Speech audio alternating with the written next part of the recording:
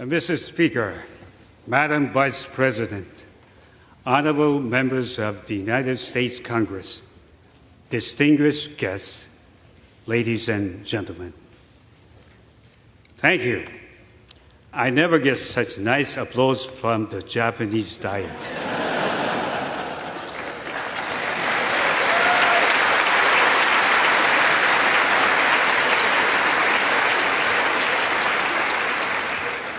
And let me introduce my wife, Yuko, who is in the gallery.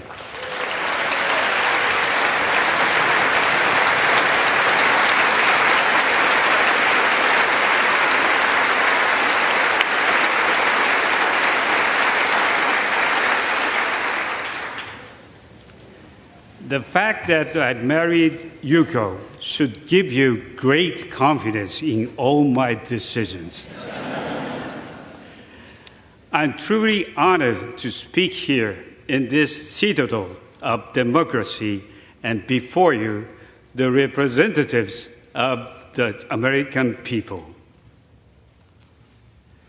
9 years ago, the late Prime Minister Abe, who was a close friend of mine, stood in this very spot and gave an address titled Toward an Alliance of Hope. I was foreign minister in his cabinet at that time, and I was deeply struck to witness the bond between our two countries. Since childhood, I have felt a connection to the United States, perhaps because I spent my first 3 years of elementary school at PS 20 and PS 13 in Queens, New York.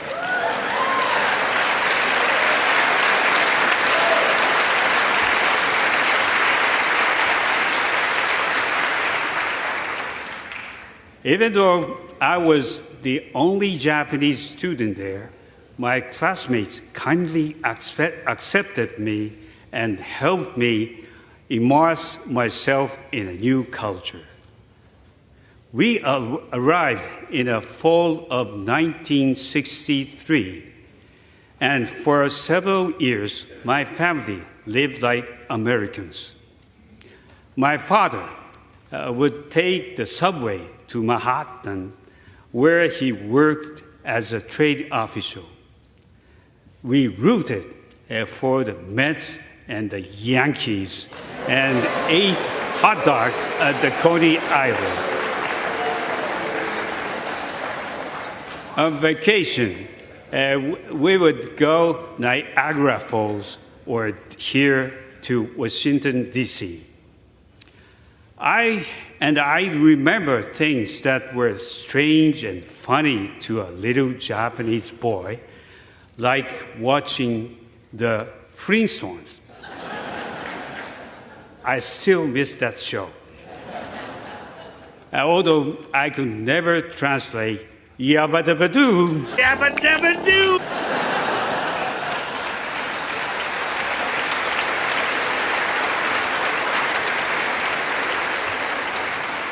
After 60 years, I have a message for the good people of Queens. Thank you for making my family and me feel so welcome. I have never forgotten it.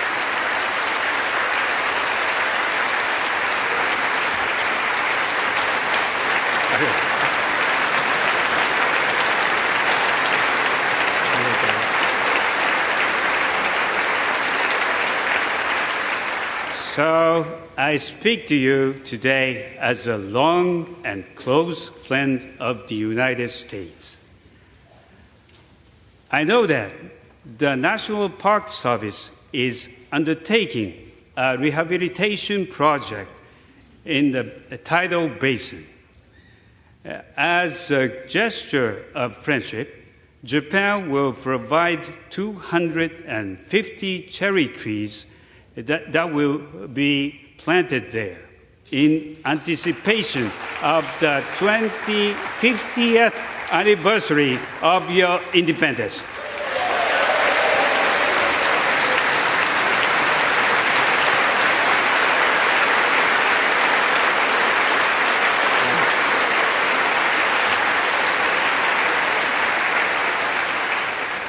As you might also remember, the 1964 World's Fair was held in Queens.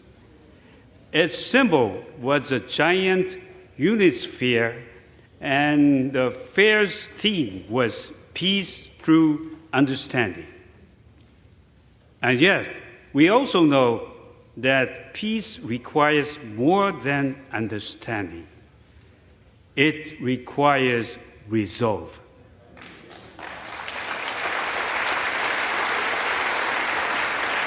The U.S. shaped the international order in the post-war world through economic, diplomatic, military, and technological power. It championed freedom and democracy. It encouraged the stability and prosperity of nations, including Japan.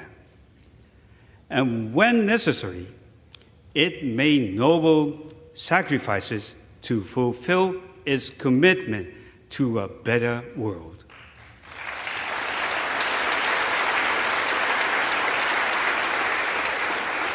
The United States policy was based on the premise that humanity does not want to live oppressed by an authoritarian state where you were tracked and surveilled and denied from expressing what is in your heart and on your mind.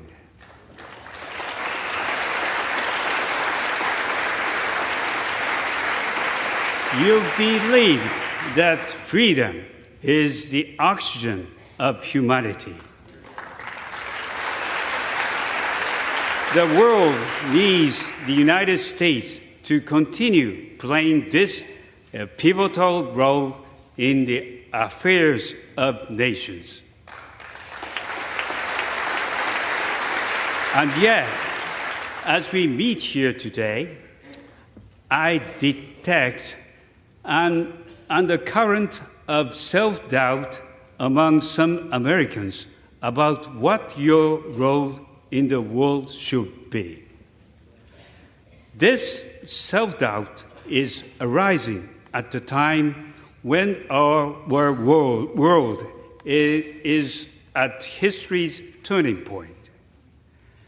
The post-Cold War era is already behind us, and we are now at inflection point that will define the next stage of human history. The international order that the U.S. worked for generations to build is facing new challenges, challenges from those with values and principles very different from ours. Freedom and democracy are currently under threat around the globe.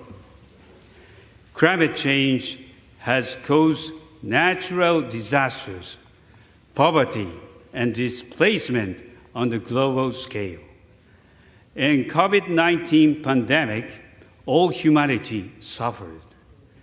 Rapid advances in AI technology have resulted in a battle over the soul of AI that is raging between its promise and its perils. The balance of economic power is shifting. The Global South plays a greater role in responding to challenges and opportunities and calls for a larger voice.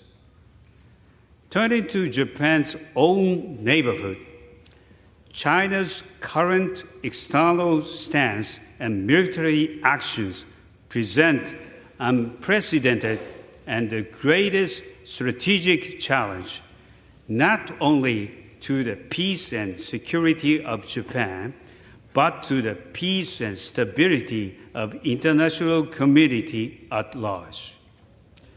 While such a challenge from China continues, our commitment to upholding a free and open international order based on the rule of law, as well as peace, will continue to be defining agenda going forward.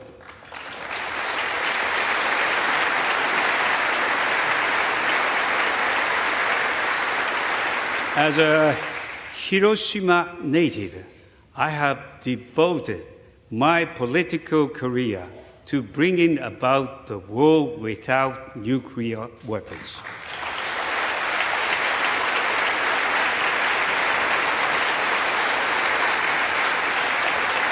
For years,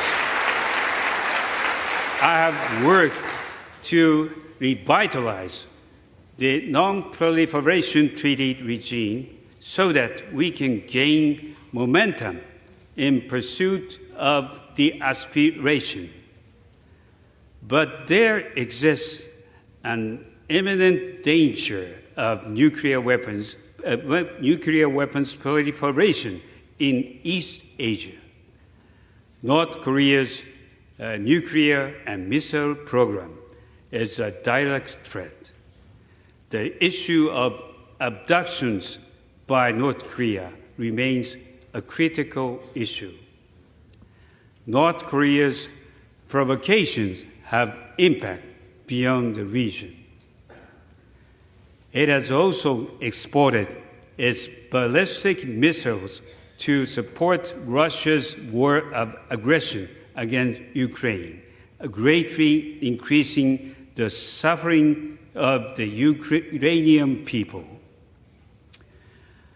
Russia's unprovoked, unjust, and brutal war of aggression against Ukraine has entered its third year. As I often say, Ukraine of today may be East Asia of tomorrow.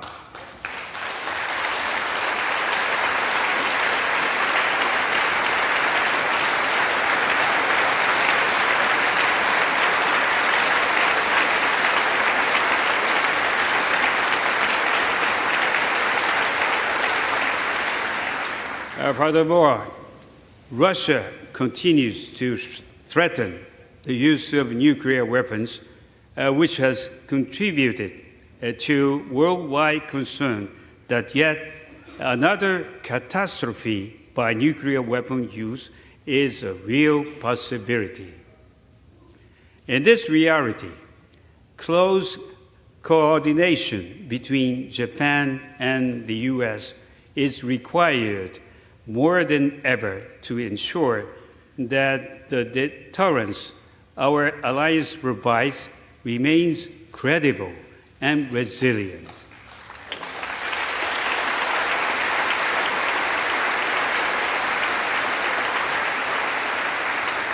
New forms of oppression are being imposed on the world. Freedom is being suppressed through digital technologies. Social media is censored, monitored, and controlled. There are growing cases of economic coercion and so-called debt trap diplomacy, whereby the economic dependency of nations is exploited and weaponized. Facing such rapidly changing pressures, how do we continue to safeguard our common values? I want to address those Americans who feel the loneliness and exhaustion of being the country that has upheld the international order almost single-handedly. I understand it is a heavy burden to carry such hopes on your shoulders.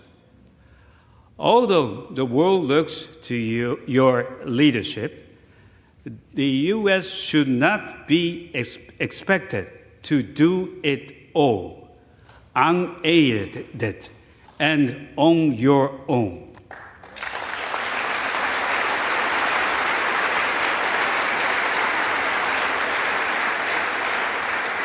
Yes, the leadership of the United States is indispensable. Without U.S. support, how long before hopes of Ukraine would collapse under the onslaught from Moscow?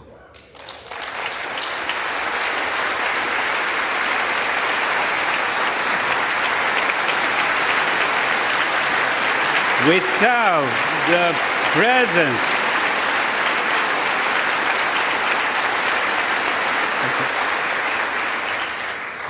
the presence of the United States, how long before the Indo-Pacific would face even harsher realities?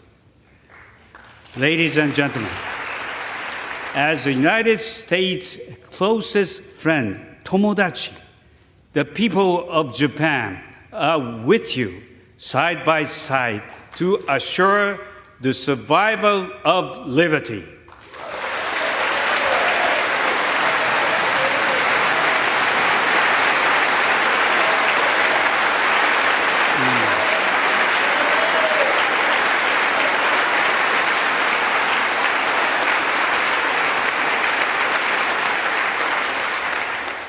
Not just for our people, but for all people.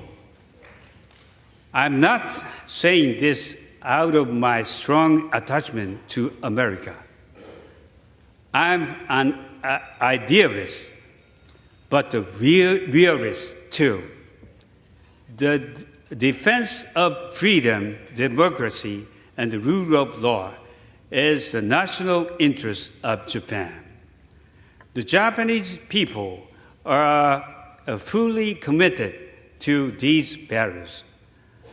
I do not want to leave our children in a society where human rights were suppressed, where political self-determination is denied, where our lives are monitored by digital technology. I know you don't either.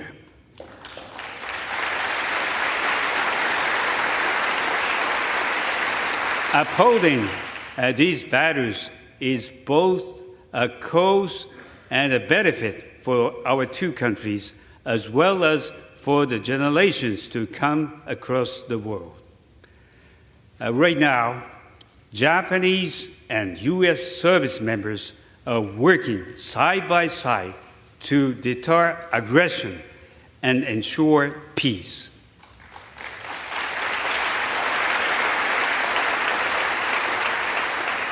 I admire them, I thank them, and I know I speak for all of us when I say they have the gratitude of both our nations.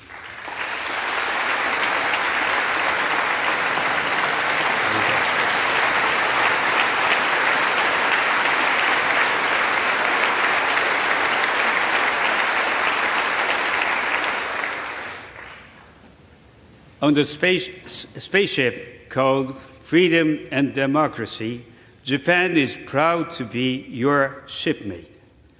We are on deck, we are on task, and we are ready to do what is necessary. The democratic nations of the world must have all hands on deck.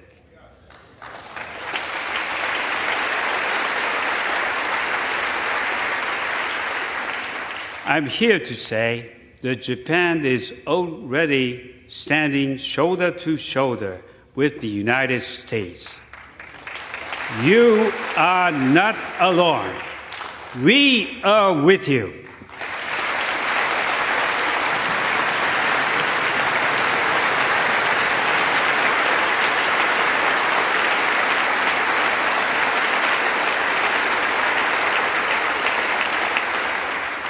Japan has changed over the years. We have transformed ourselves from a reticent ally recovering from the devastation of World War II to a strong, committed ally looking outward to the world. Japan has transformed its national security strategy.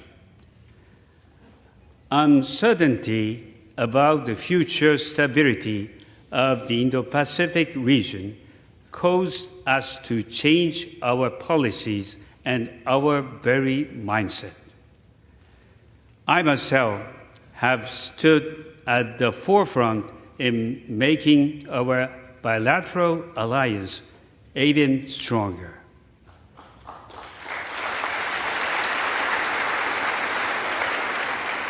In 2022, we announced that we would secure substantial increase of our defense budget by fiscal year 2027 to 2% of GDP. Possess counter-strike capability and improve cybersecurity. Today, deterrence that our alliance provides is stronger than ever, bolstered by U.S. extended deterrence for Japan.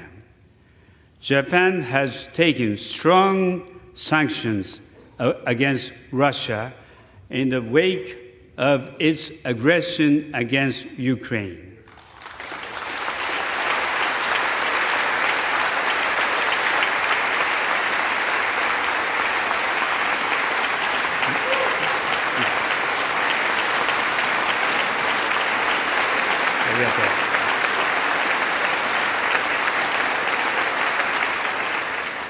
We have announced over $12 billion in aid to Ukraine, including anti-drone detection systems. This is a part of NATO's aid package. And yes, we are even working with NATO on the other side of the world from us.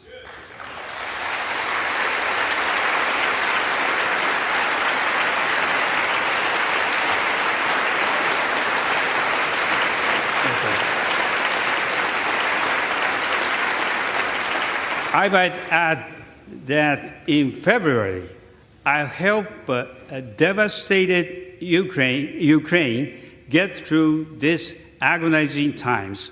I hosted the Conference for Ukraine's Economic Growth and Reconstruction. Japan will continue to stand with Ukraine.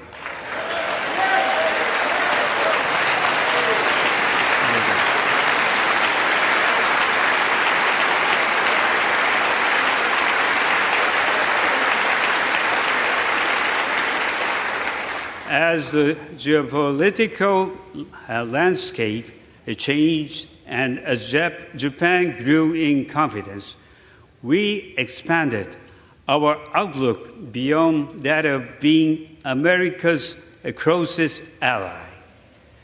We first became a regional partner of the United States, and now we have become your global partner.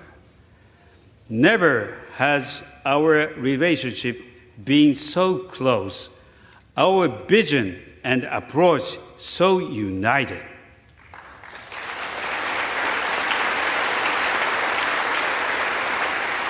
Today, our partnership goes beyond the bilateral. Examples include trilateral and quadrilateral cooperation among the U.S., Japan, the Republic of Korea, Australia, India, and the Philippines, as well as cooperation through the G7 and with ASEAN. Three leaders of the U.S., the Republic of Korea, and Japan convened at Camp Davis last summer to inaugurate a new era of our partnership.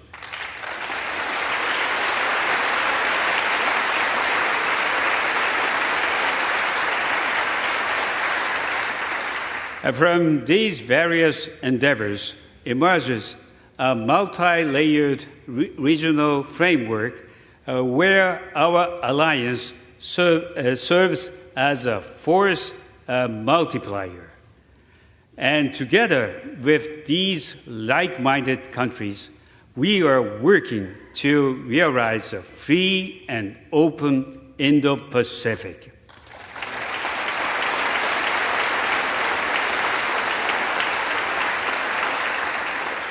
Here in this chamber, we should have strong bipartisan support for these efforts.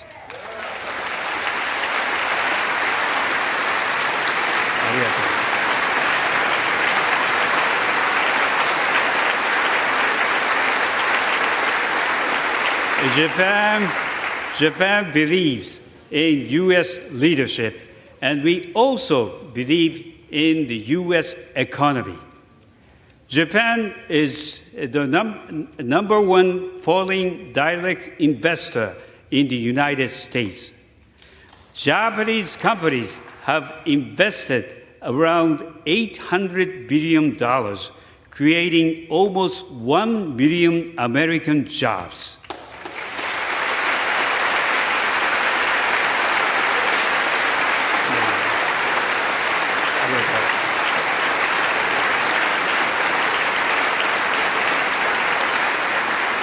These are good jobs, with 500,000 jobs in manufacturing sector alone. At home, I'm embarking on a set of initiatives called a new form of capitalism to drive the Japanese economy. The public and private sectors are joining hands to transform the social challenges we face into engines of growth.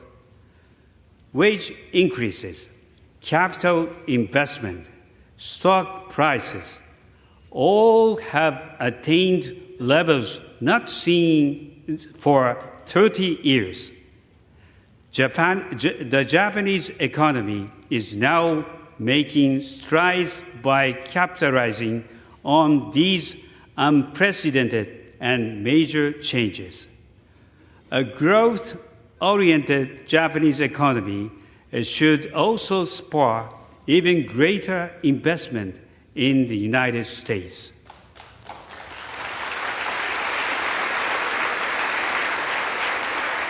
And we can then help boost the global economy to steer it toward a strong growth trajectory in the years to come. Just yesterday, President Biden and I demonstrated our commitment to leading the world on the development of the next generation of emerging technologies such as AI, quantum, semiconductors, biotechnology, and clean energy.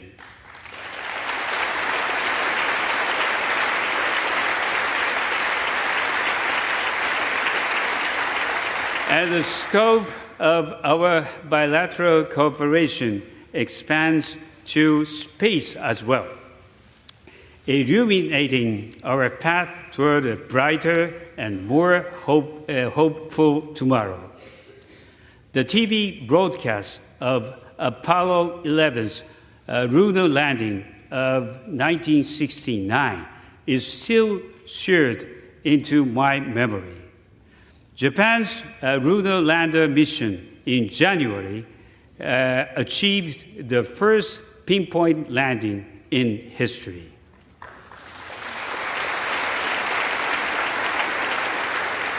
Yesterday, President Biden and I announced that the Japanese national will be the first non-American astronaut to land on the moon on the future Artemis mission.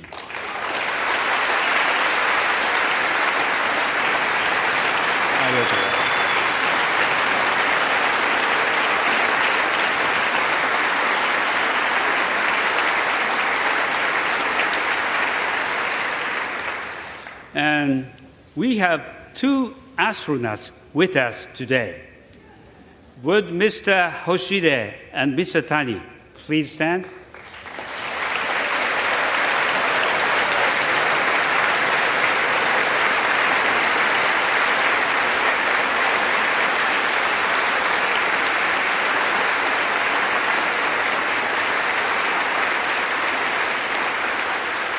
Mr. Akihiko Hoshide has flown to space 3 times and served as commander of the International Space Station for 5 months in 2021.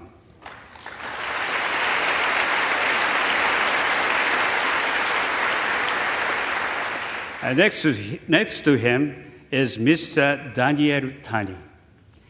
He is a retired Japanese-American astronaut who has conducted 6 spacewalks and in his 2 missions logged over 50 million miles.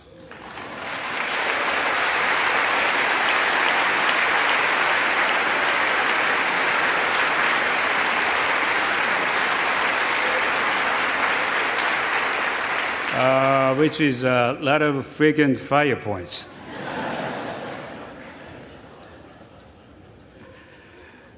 Mr. Hoshide and Mr. Tani are living symbols of our collaboration in space, and we will have many more such collaborations in the future. Thank you, gentlemen.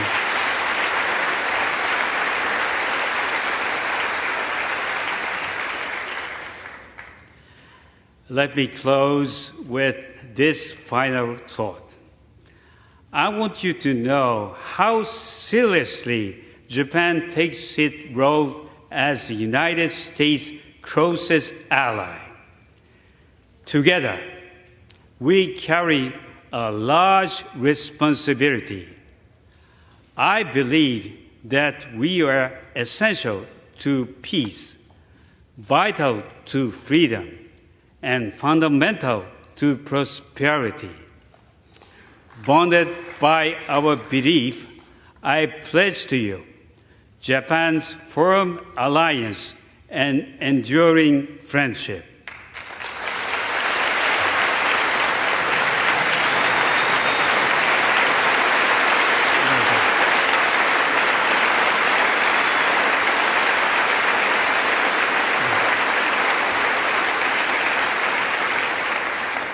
A global partners for the future.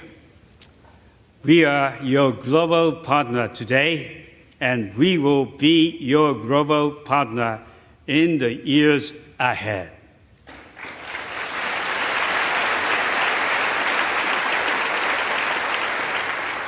Thank you for inviting me. Thank you for your hospitality. And thank you for the role you play in the world. ありがとう。